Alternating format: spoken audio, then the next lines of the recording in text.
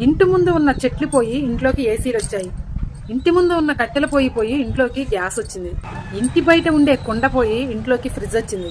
మన ఒంట్లో బద్ధకం ఎక్కువయ్యి వాషింగ్ మిషన్ వచ్చింది. ఇంటి బయట ఉండే విసుర్రాయి పత్రం పోయి ఇంట్లోకి మిక్సీ గ్రైండర్లు వచ్చాయి.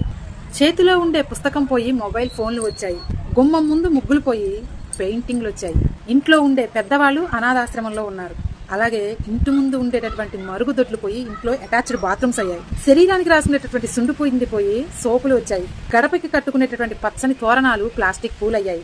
మన ఇంట్లో ఉండేటటువంటి ఆయుర్వేదిక్ మెడిసిన్ మర్చిపోయి మెడికల్ షాప్ ముందు క్యూలు కడుతున్నారు. ముఖానికి రాసుకునే పసుపు మీగడ పోయి మార్కెట్లో ఫేసింగ్ క్రీములు అయ్యాయి. పొడుగ్గా వాలుజల్లాగా ఉండేటటువంటి జడలు కొత్తిమీర కట్టలయ్యాయి. చేతికి ఎర్రగా పెట్టుకునేటటువంటి చెట్టు గోరింటాకు కాస్త మెహందీ కోన్స్ అలాగా మారాయి. కుటుంబం ఆనందంగా జరుపుకునేటటువంటి పండగలు పబ్బాలు వాట్సాప్ స్టేటస్లు అయ్యాయి. పచ్చని భవనాలు పొలాలు కాస్త ఫ్యాక్టరీలు భవంతులుగా మారుతూ ఉన్నాయి.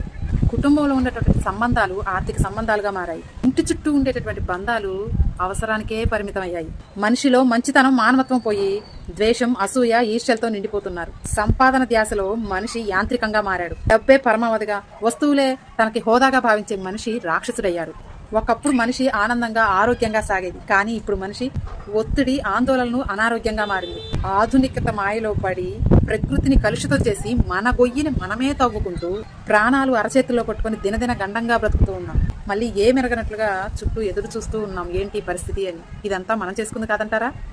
మీకు కరెక్ట్ అనిపిస్తే కామెంట్ సెక్షన్లో ఎస్ఎన్ కామెంట్ చేయండి.